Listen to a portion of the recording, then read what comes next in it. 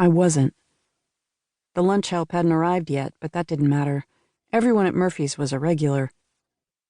Often, when Megan had a problem late at night with one of her kids, she'd toss the keys to the top cop in the place and go about her business.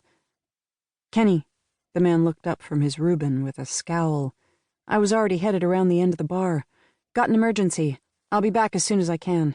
The lunch shift will be here in 10. Kenny's scowl of annoyance became a frown of confusion. "What emergency? You didn't even get a call." What else is new, I thought. I did use my cell phone once I got into the car, but Ruthie didn't answer, which wasn't surprising. Sometimes I wondered how she juggled all the responsibilities in her life without 2 extra sets of hands. Ruthie was an ancient black woman who ran a group home on the south side of Milwaukee amid an explosion of ranch houses built in the 1950s.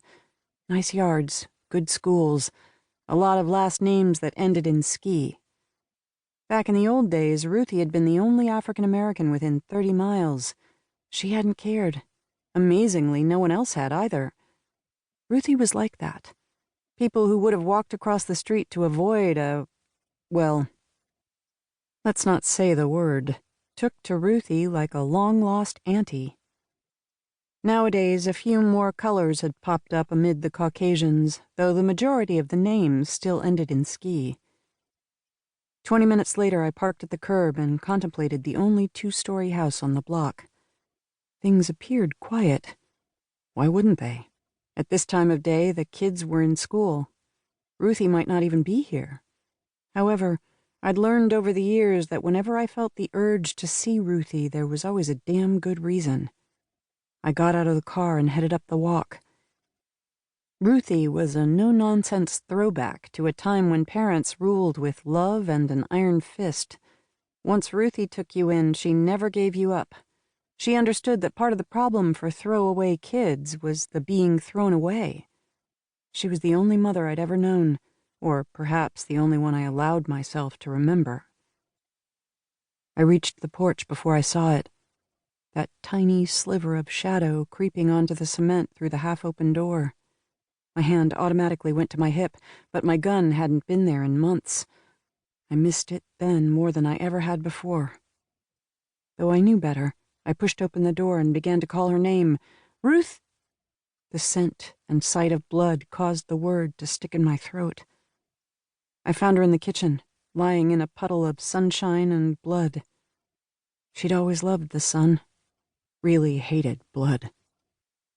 I dropped to my knees. I wanted to check for a pulse, but her throat... She didn't have much of one left. "Lisbeth," her eyes opened. "I knew you'd come." "Don't try to talk."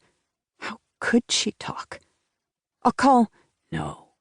She closed her eyes, and for an instant I thought she was gone. What would I do if I lost her?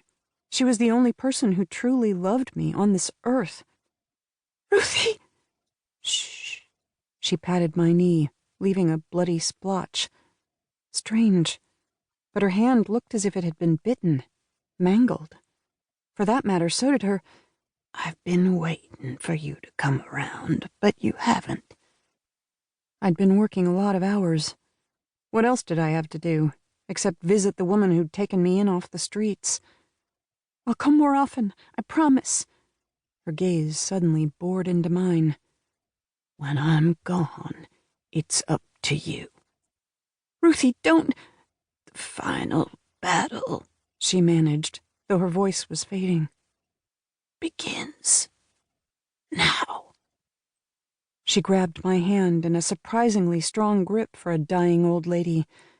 Then my skull erupted in agony, and everything went black. Chapter 2. When I awoke from the coma, more had changed than the weather. I distinctly recalled going to Ruthie's house on a clear spring day. Post-coma, the windows of the hospital room revealed swirling snow. I experienced a moment of panic, thinking I'd lost nearly a year, then remembered where I lived. In southern Wisconsin, April sunshine sometimes brought May blizzards. A movement in the room caused me to turn my head.